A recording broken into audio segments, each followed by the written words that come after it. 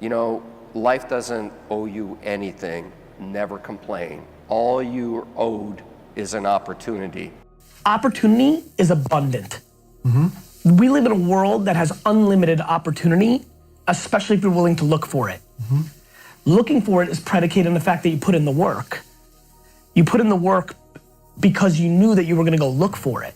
So I believe in preparation, because I just believe that opportunity is almost like oxygen. It's everywhere, always, and some opportunities are bigger than others, but preparation, man, people convince themselves before they start that the world is unjust or they can't, they complain, they dwell, they say no before they say yes.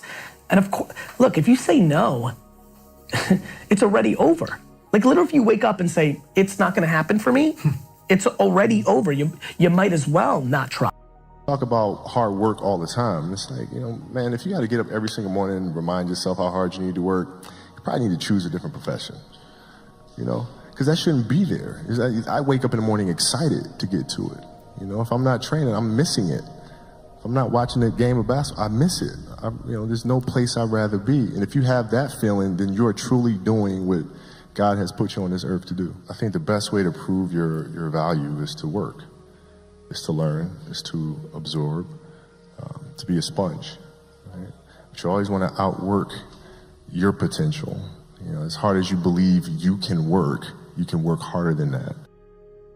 Your destiny is in your hands. I succeeded because I had to.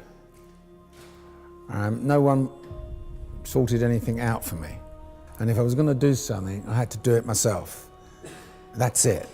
And I would say to every one of you here, don't sit around relying upon magically some government going to create an environment that's going to make it easy for you to find work and find jobs. You've got to go out there and fight for it yourself. I'm sorry to say I can't give you any other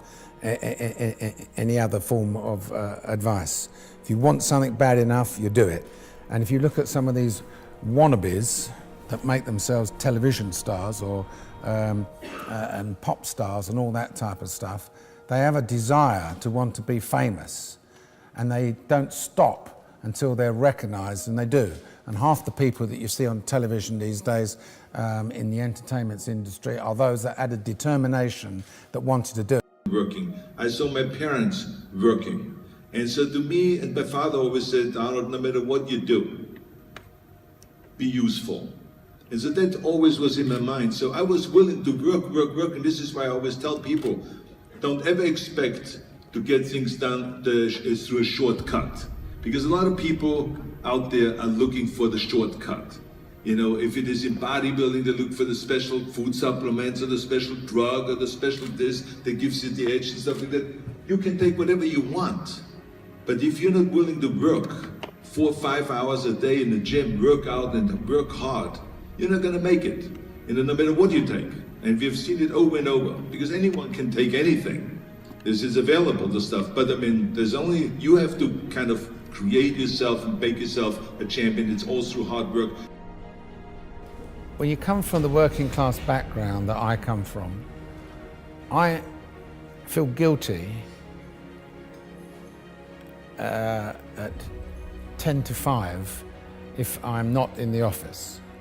I know that might sound strange to you, but there's a work ethic that I have to be half dead not to not go to work.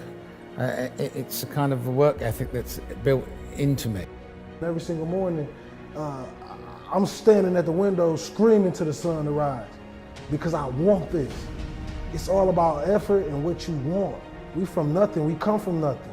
You feel what I'm saying? So why not empty the tank every single day you get out of bed? Why not take a chance? Why not struggle for a little while so you can shine forever?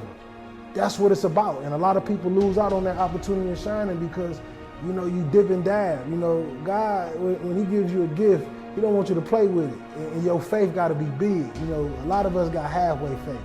Me, I always had that whole way faith. I don't care when I ain't have $1 in my pocket. When I walked in the room full of millionaires, actors, celebrities, they look at me. You hear what I'm saying? That's the aura that God gave me. And that's why I tell these young kings, work for your purpose and not the money, because I'm telling you, your purpose will make you shine even brighter than a man that got $1 million in his bank account.